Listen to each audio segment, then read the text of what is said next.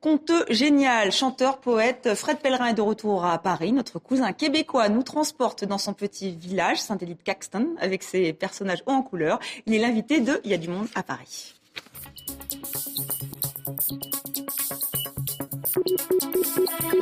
Son dernier passage à Paris nous avait laissé un goût de trop peu. Fred Pellerin est donc de retour avec tout son petit monde. Alors rebonjour. Vous avez pris votre quartier donc à l'Européen, c'est à Paris dans le 18e arrondissement avec votre quatrième spectacle, L'Arracheuse de temps. Alors c'est un spectacle qui nous emmène dans votre petit village qui est près de Québec, Saint-Élie-de-Caxton. C'est une terre de légendes car vraiment vous inspirez des contes et légendes qui existent depuis, je ne sais pas, les calendes grecques. Ouais, ou les calendes françaises parce qu'au départ, tout ça, c'est issu d'une tradition orale qui vient de la France. Tu sais, si on recule de 4 siècles, les contes et les légendes, les chansons sont venus par bateau avec votre monde. Puis aujourd'hui, on se les raconte encore. Ils ont pris des saveurs nouvelles, ils ont pris des élans dans le verbe qui se sont transformés, qui se sont donné de l'élan, puis du jazz, puis du délire langagier. Puis oui, il y a un vrai délire langagier. On va vous entendre dans quelques instants. Mais l'histoire, on la rappelle. Alors c'est la belle lurette, si l'expression vous dit quelque chose, c'est tout à fait normal. Donc c'est une jeune fille, elle est menacée par la mort et en fait c'est tout le village qui se ligue et qui veut arracher du temps à la mort. En fait, l'arracheuse de temps, en fait, c'est celle-là qui réussit à retarder un peu la mort, à arracher du temps à la mort parce qu'il y a une rencontre qui est trop rapide pour cette jeune fille-là avec la mort. Oui, elle a 15 ans, la pauvre, la belle lurette. Ouais. Et elle croque pas dans la bonne pomme, puis c'est dur de résumer, je sais pas comment on peut résumer, parce que ça s'étire bien, mais ça se résume difficilement. Oui, c'est très difficile à résumer. Alors il y a beaucoup de personnages très très hauts en couleur. Je le disais, il y a la translivide, donc qui est la faucheuse, il y a la belle lurette, il y a la stroupe, qui est la sorcière, une étrangère, et il y a aussi Méo, le coiffeur. On regarde. Ce matin-là, la cloche sonne un coup. Fait que Méo, il se dit, m'a mourir. Parce que Méo, lui, il avait peur de la mort. Méo, c'était le coiffeur. C'est lui, je t'avais dit tantôt, le coiffeur. Le décoiffeur. Il décoiffait. Méo, il décoiffait plus qu'il coiffait. Tu vois, si tu fais une moyenne, là, ce jour, il y avait le taux de déviergement capillaire assez avancé au niveau du... Il prenait un coup. Il buvait un peu, Méo, fait qu'il venait avec du mou dans le coteur, puis... Le dimanche, tu allais à l'église, là, tu te checkais les têtes, puis tu savais à qui avait pris son rendez-vous le matin, l'après-midi ou le soir, selon le dégradé. Il était cubiste. Il était cubiste de la frange.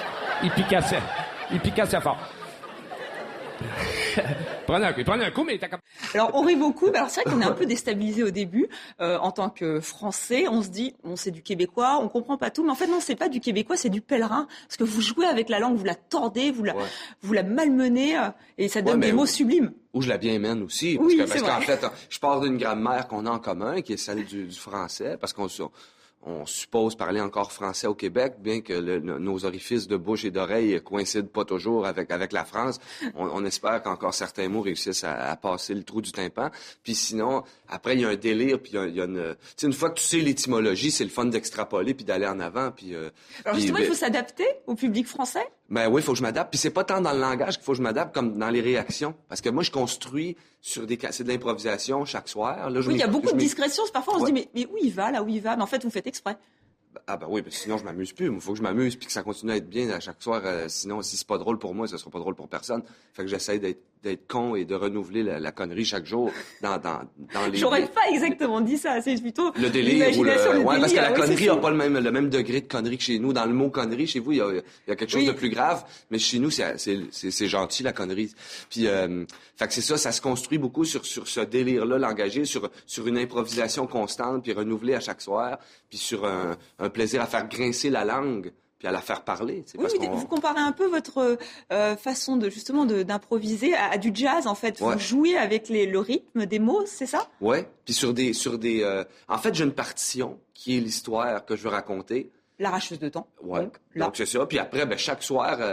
tu sais, il va s'improviser un solo à ce moment-là, qui sera une digression. Après, il va s'improviser. Fait que la trame reste la même d'un soir à l'autre, mais la façon de le jouer se transforme d'un soir à l'autre. Fait qu'il n'y a pas de texte. C'est une improvisation nouvelle à chaque jour. Et la musique est très importante. On va écouter, parce qu'il y a beaucoup d'intermèdes musicaux dans le spectacle. Là aussi, c'est un peu lié, puisque c'est aussi une tradition du conte que vous continuez?